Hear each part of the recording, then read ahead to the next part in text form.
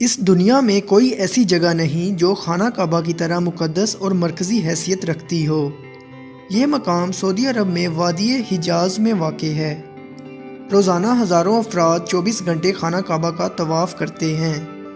کروڑوں مسلمان اس مقام کو اپنا قبلہ تسلیم کرتے ہوئے اس کی جانب رخ کر کے 5 وقت کی نماز ادا کرتے ہیں۔ یہاں ہم خانہ کعبہ کے متعلق چند ایسے حقائق پیش کریں گے جس سے بہت کم لوگ واقف ہیں۔ میں ہوں محمد عمر عاشق اور آپ دیکھ رہے ہیں عمر عاشق ٹی وی۔ نمبر 1، خانہ کعبہ کئی مرتبہ تعمیر ہو چکا ہے۔ جس طرح خانہ کعبہ آج ہمیں نظر آتا ہے یہ ویسا نہیں ہے جیسا یہ حضرت ابراہیم علیہ السلام اور حضرت اسماعیل علیہ السلام کے دور میں تعمیر ہوا تھا۔ وقت کے ساتھ پیش آنے والی قدرتی آفات اور حادثات کی وجہ سے اس کو دوبارہ تعمیر کرنے کی ضرورت پڑتی رہی ہے۔ بے شک ہم جانتے ہیں کہ خانہ کعبہ کی دوبارہ تعمیر کا ایک بڑا حصہ آپ صلی اللہ علیہ وسلم کی زندگی میں نبوت ملنے سے قبل ممکن ہو چکا تھا۔ یہ وہ وقت تھا جب آپ صلی اللہ علیہ وسلم نے ایک بڑی خون ریزی کو اپنی دور اندیشی سے روکا تھا۔ ایک بڑے کپڑے میں حجر اسود کو رکھ کر ہر قبیلے کے سردار سے اٹھوایا تھا۔ اس کے بعد آنے والے وقت میں کئی مرتبہ خانہ کعبہ کی تعمیر ہوتی رہی ہے۔ آخر میں خانہ کعبہ کی تفصیل سے آرائش 1996 میں ہوئی تھی، جس کے نتیجے میں بہت سارے پتھروں کو ہٹا دیا گیا تھا اور بنیاد کو مضبوط کر کے نئی چھت ڈالی گئی تھی۔ یہ اب تک کی آخری بڑی تعمیر ہے اور اب خانہ کعبہ کی عمارت کو پہلے سے کئی زیادہ محفوظ تصور کیا جاتا ہے۔ نمبر 2، خانہ کعبہ کے 2 دروازے اور ایک کھڑکی ہوا کرتی تھی۔ دوبارہ تعمیر کیے جانے سے قبل خانہ کعبہ کا ایک دروازہ اندر داخل ہونے کے لیے اور ایک دروازہ باہر جانے کے لیے استعمال ہوتا تھا۔ ایک زمانے تک خانہ کعبہ میں ایک کھڑکی ہوا کرتی تھی۔ خانہ کعبہ کی جو شکل آج موجود ہے اس میں صرف ایک دروازہ موجود ہے، لیکن کھڑکی اب ختم ہو چکی ہے۔ نمبر 3، خانہ کعبہ کے مختلف رنگ۔ ہم لوگوں نے خانہ کعبہ کو ہمیشہ کالے رنگ کے کسوہ اور سونے کے دھاگوں میں دیکھنے کی ایسی عادت ہو چکی ہے کہ ہم اسے کسی اور رنگ میں تصور بھی نہیں کر سکتے، لیکن اس سے قبل خانہ کعبہ مختلف رنگ کے غلاف سے ڈھکا رہتا تھا۔ ان رنگوں میں ہرا، لال اور سفید رنگ شامل ہیں۔ نمبر 4، خانہ کعبہ کی چابیاں ایک خاندان کی تحویل میں ہیں۔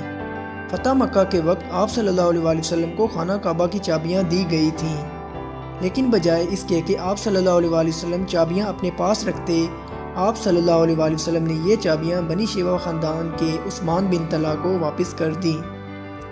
اس وقت سے آج تک وہ ان چابیوں کے روایتی رکھوالے ہیں۔ آپ صلی اللہ علیہ وسلم کے نادر الفاظ کی روشنی میں یہ چابیاں ہمیشہ ان کے پاس ہی محفوظ رہیں گی۔ آپ صلی اللہ علیہ وسلم نے فرمایا تھا، اے بنی طلحہ، یہ چابیاں روز قیامت تک تیری تحویل میں رہیں گی، سوائے اس کے کہ وہ زور زیادتی سے غیر اخلاقی طریقے سے تجھ سے چھین لی جائیں۔ نمبر 5، پہلے خانہ کعبہ عوام کے لیے کھلا رہتا تھا۔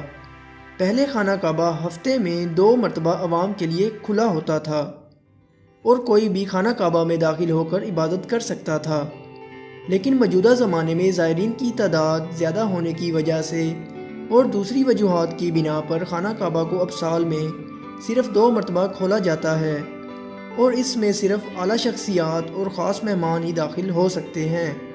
نمبر 6، خانہ کعبہ کے آس پاس تیراکی کی جا سکتی تھی۔ خانہ کعبہ کے وادی کے نچلے حصے میں ہونے کی وجہ سے دیگر مسائل میں سے ایک مسئلہ یہ بھی تھا کہ جب بارش ہوا کرتی تھی تو وادی میں سیلاب آ جایا کرتا تھا۔ یہ مکہ جیسے شہر کے لیے کوئی انوکھی بات نہیں تھی، لیکن یہ بات دوسرے مسائل کی وجہ بنتی تھی۔ اس وقت یہاں سیلاب کی روک تھام اور نکاسی آب کا نظام موجود نہیں تھا۔ بارش کے آخری دنوں میں خانہ کعبہ پانی میں آدھا ڈوبا رہتا تھا، اور یقیناً یہاں آپ کے ذہن میں ایک سوال آتا ہوگا کہ کیا اس وقت طواف کعبہ رک گیا تھا؟ ہرگز نہیں، مسلمانوں نے خانہ کعبہ کے ارد گرد تیراکی شروع کر دی تھی۔ نمبر 7، تزئین و آرائش کروانے والے حکمرانوں کے نام کی تختی۔ کئی سال تک بہت لوگ اندازہ لگاتے رہے کہ خانہ کعبہ اندر سے کیسا نظر آتا ہے۔ وہ لوگ خوش نصیب ہیں جنہیں خانہ کعبہ کے اندر داخل ہونے کی سعادت ملی۔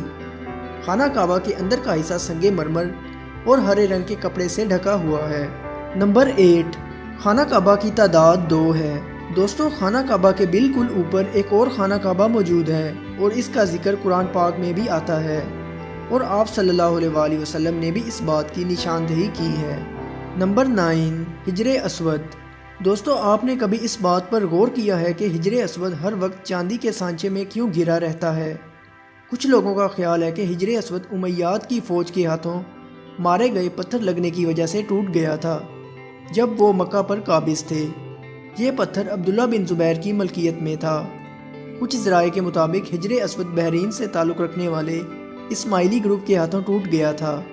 ان لوگوں کا یہ خیال تھا کہ حج مبارک ایک توہین پرستی کا عمل ہے۔ اپنی بات کو سچ ثابت کرنے کے لیے ان لوگوں نے 10,000 حجاج کو مار کر ان کی باقیات کو آب زمزم کے کنووں میں پھینک دیا تھا۔ یہ شیطان حجر اسود کو عرب کے مشرق میں لے گئے اور پھر عراق کے شہر کوفہ لے گئے، جہاں اس کے عوض تیوان وصول کیا گیا۔ جب ان کو مجبور کیا گیا تھا کہ وہ اسے خلیفہ کو واپس کر دیں۔ جب اسے واپس کیا گیا تھا تو یہ ٹکڑوں میں تھا، اور اس کو یکجان کرنے کا صرف ایک ہی طریقہ سمجھ آیا کہ اسے چاندی کے سانچے میں رکھا جائے۔ کچھ تاریخ دانوں کے مطابق اس مقدس پتھر کے کچھ حصے آج بھی کہیں گم ہیں۔ نمبر 10، اپنی زندگی کے آخری حصے میں آپ صلی اللہ علیہ وآلہ وسلم نے خانہ کعبہ کی دوبارہ تعمیر کا ارادہ کیا تھا، مگر یہ عظیم فریضہ انجام دینے سے پہلے ہی آپ صلی اللہ علیہ وآلہ وسلم اس دنیا سے رحلت فرما گئے۔ خلیفہ عبداللہ بن زبیر کے دور حکومت کے چند سال کے مختصر وقت میں خانہ کعبہ اپنی اصل شکل میں موجود تھا، جس میں آپ صلی اللہ علیہ وآلہ وسلم نے دیکھا تھا۔ دوستو، مجھے امید ہے کہ آپ کو یہ ویڈیو اچھی لگی ہوگی اور آپ کے علم میں اضافہ ہوا ہوگا۔ اگر آپ کو یہ ویڈیو اچھی لگی ہو تو اس ویڈیو کو لائک اور شیئر کریں، اور مزید اس طرح کی ویڈیوز کے لیے چینل کو ضرور سبسکرائب کریں۔ اللہ حافظ۔